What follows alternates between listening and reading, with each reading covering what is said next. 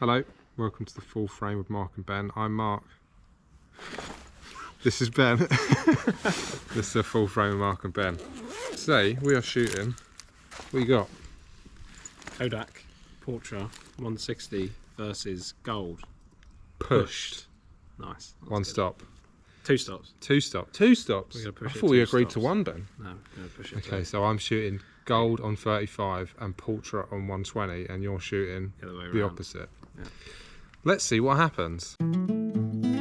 So what is pushing film? You're essentially overexposing the film and then compensating for that in developing. You will shoot the film either one or two stops. Or you can go further than that, but generally two stops is where your limit is.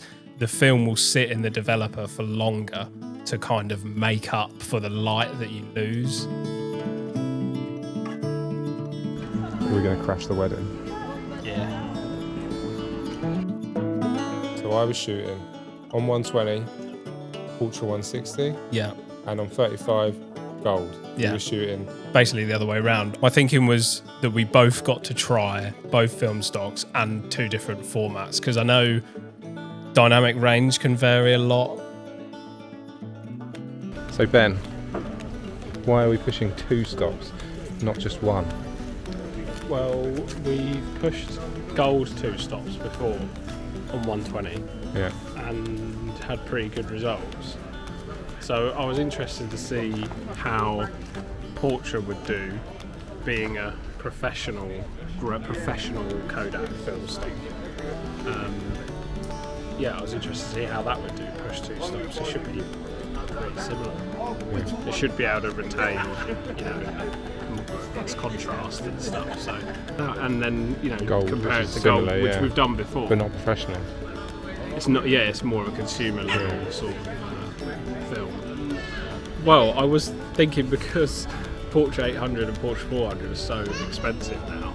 Yeah. If 160 handles pushing two stops quite well, it Would could it be worth actually. just buying that? Yeah, is it worth just buying 160 and pushing it to whatever you want to shoot at? Yeah. So either 320 or 640 or whatever.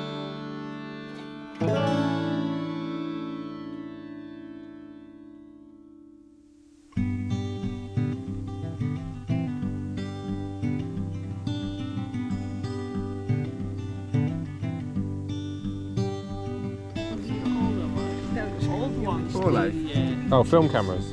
Yeah, The best one. yeah. What are your expectations of Portra 160? Well, it's a professional grade film, so I was thinking this should handle pushing quite well, because professionals sometimes have to think on your feet, and you have to make adjustments like that. You have to think, right, I've got this film, how can I make it work in this situation? I mean, we knew Gold was good for being pushed, but yeah, I think we were both quite surprised by the results.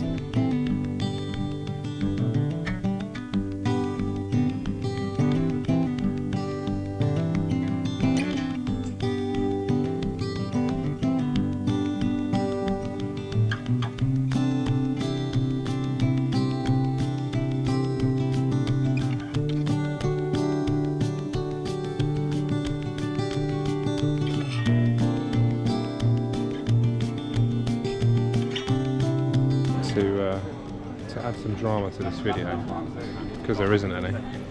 There's a wedding going on at Winchester Cathedral. We were told, because I asked, the bride would be here half an hour ago. She's not here. But the one-way system in Winchester is an absolute nightmare.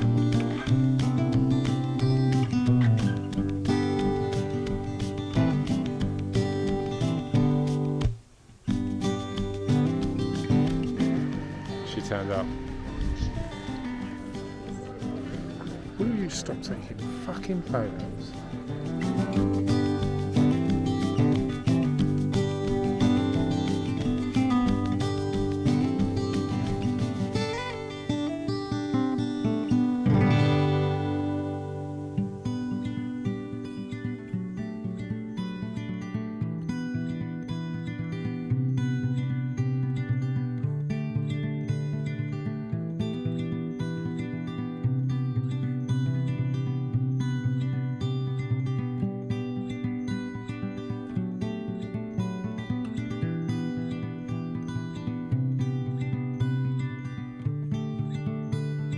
we shot gold before and Yeah. had positive results of it. Yeah, so I think the only question was what it was going to be like on 35mm.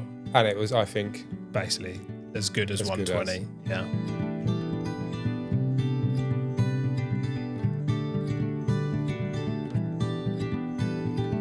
And then, I mean, if you can, do you do stuff in post? Do you scan it and stuff in, or you just? I've got a scanner. I scan them in, but I It's try not to like not the, edit too much.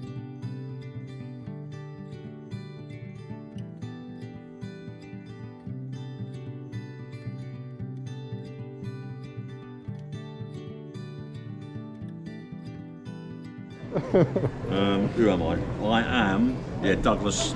Grant. okay, cool. Compared to your expectations, Yeah. what was there anything you were surprised by Yeah. when you got the Portra back, when we got the gold back? Yeah. Portra just did not retain the shadow details that I thought it would. No. I said to you it kind of looked like a tungsten film. Kind of had like a greeny, bluey kind of like haze over, not haze, but it was kind of greeny, bluey tint to it, which could be like a scanning thing. But what I think it was the pushing it had caused it to have like quite a red cast on the film, because you can get color shifts and things when you push film. I think it had given it like a bit of a red cast, and then the scanner had kind of tried to compensate for the red and given it more like cyan. Yeah, more greeny sort of look. Yeah. Which has basically made the 160, which is supposed to be a very like accurate colours, At box speed, a nice summer perfect, film. Yeah. And it's actually turned it into like a weird, dreary, like kind of, lacking saturation, like, and kind of, I don't know, not too much contrast, but just like, the shadow details were just not great. Like, Is that something you'd expect from a professional film? Like, would you expect it to work really well at box speed, but not so well when it's pushed or pulled? yeah, I don't. Or would you think, because it's professional, it can be pushed or pulled and it would be all right?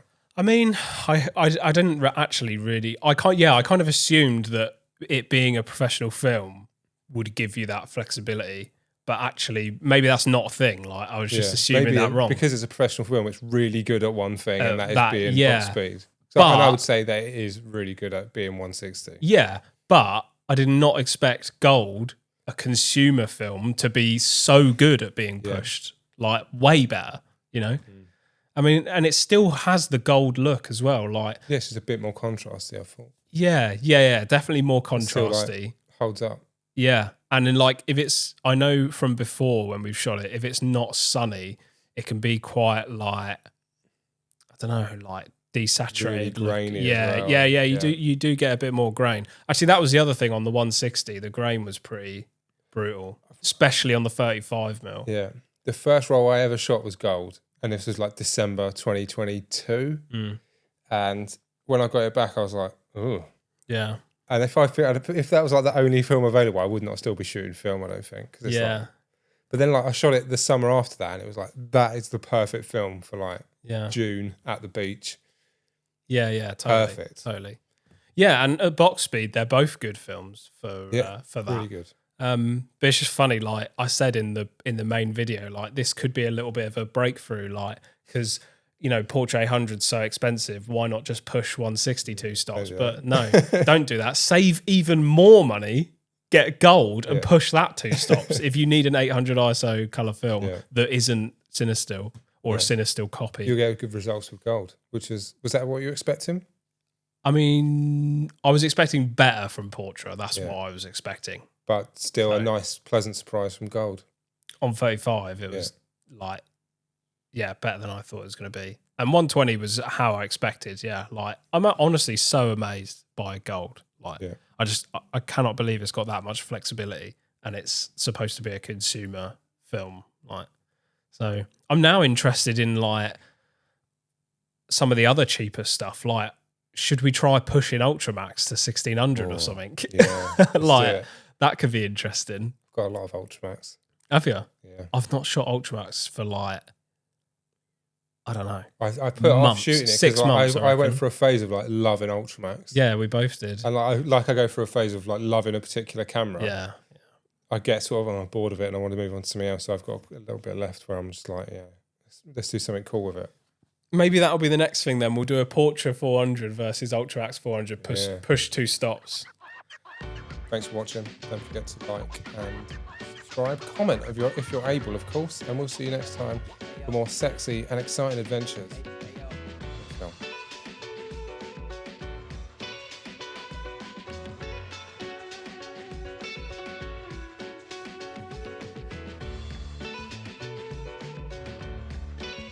Sick.